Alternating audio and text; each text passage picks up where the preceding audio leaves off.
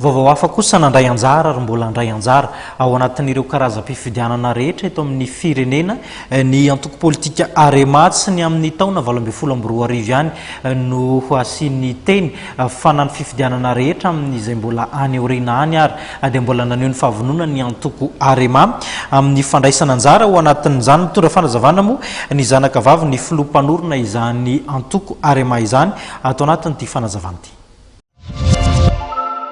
Arema moa zany dia mifanirina dia tsy hanaovana tanjona hoe 2018 fa 3018 mihitsy ny tiana atao tanjona, zany hoe atao katrany amin'ny 3018 any zany mbola misy zany ny antoko ary mbola mandeha arak'izay nametrahana anazy ka hatramin'ny voalohany zany ny karakara fiainam-bahoaka sy ny fampandrosoana ny firenena.